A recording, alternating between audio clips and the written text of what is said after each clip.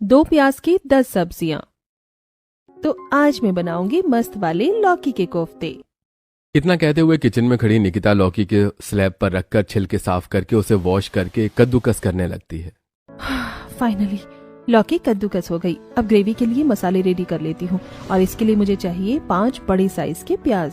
कुछ ही देर में निकिता प्याज टमाटर चॉप करके कोफ्ते बनाना स्टार्ट करती है। वहीं डाइनिंग टेबल पर बैठे आशा और दिलीप खाने का इंतजार कर रहे थे। पता नहीं लड़की इतनी देर से रसोई में घुसी हुई क्या कर रही है। अभी तक सब्जी की छौंक भी सुनाई नहीं थी। इतनी देर में मैं 56 भोग बनाकर तैयार कर देती। आशा, इसीलिए कहता हूँ कि खाना तुम ही बना लिया करो, उसे मत बोला करो। अजी बनाएगी नहीं तो सीखेगी कैसे। सब्जी काटने को बोलती हूँ तो घंटा भर लगाकर स्लो मोशन में काटती है। देखते ही देखते कुछ देर बीत जाती है। किचन से कोफ्ते की दमदार खुशबू फैल जाती है। तभी निकिता गर्मा गर्म खाना लाकर लगा देती है। डिनर ऑलमोस्ट रेडी है। ये रही सब्जी, ये पराठे, बस अभी सलाद लेकर आती हूँ। खाना रखकर निकिता सलाद लेने रसोई में आती है। वहीं आशा जैसे ही खाना डालना चालू करती है तो कोफ्ते में काफी ज्यादा मात्रा में प्याज डला हुआ होता है। हे भगवान, जितने के कोफ्ते में लौकी नहीं है उससे ज्यादा तो भर भर का प्याज डाल रखा है। मैं रसोई चलाती हूँ तो 1 किलो प्याज हफ्ता भर लेकर चलती हूँ और ये लड़की 2 टाइम की सब्जी में 1 किलो प्याज का खर्चा लगा देती है।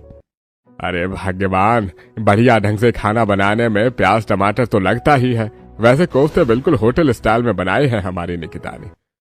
दोनों खाना शुरू करते हैं। इतने में निकिता प्लेट में प्याज का सलाद काट कर ले आती है। मम्मी पापा, आप दोनों ने अभी तक खाना स्टार्ट नहीं किया। रोटी ठंडी हो रही है। वैसे मेरे खाने पर सलाद भी काटा है। इतना फालतू का प्याज खर्चा करने की क्या जरूरत थी। अभी कोई गर्मी का मौसम थोड़ी चल रहा है जो खाने पर सलाद चाहिए। ठंडी का मौसम शुरू हो गया है। मम्मी, गर्मी हो या ठंडी, मुझसे तो सलाद के बगैर खाना नहीं खाया जाता।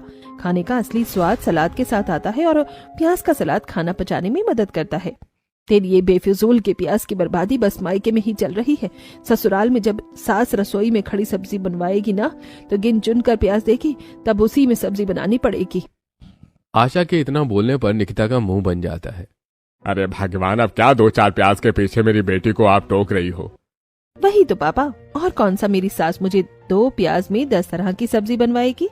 तीनों इस तरह से बात करते हुए डिनर करते हैं। इसी तरह से कुछ दिन गुजर जाते हैं और निकिता का रिश्ता शांति और सुरेश के छोटे बेटे नीरज से पक्का हो जाता है।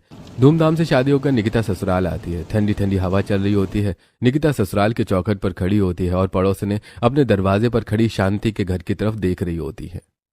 हे भगवान, कितनी ठंडी हवा चल रही है। ऐसा लग रहा है कि सबने एसी और फ्रिज खोलकर छोड़ दिया है। इस ब्राइडल लहंगे में तो मेरे हाथ पैर बिल्कुल बर्फ की तरह ठंडे पड़ गए हैं। पता नहीं गृह प्रवेश कब होगा। इतने में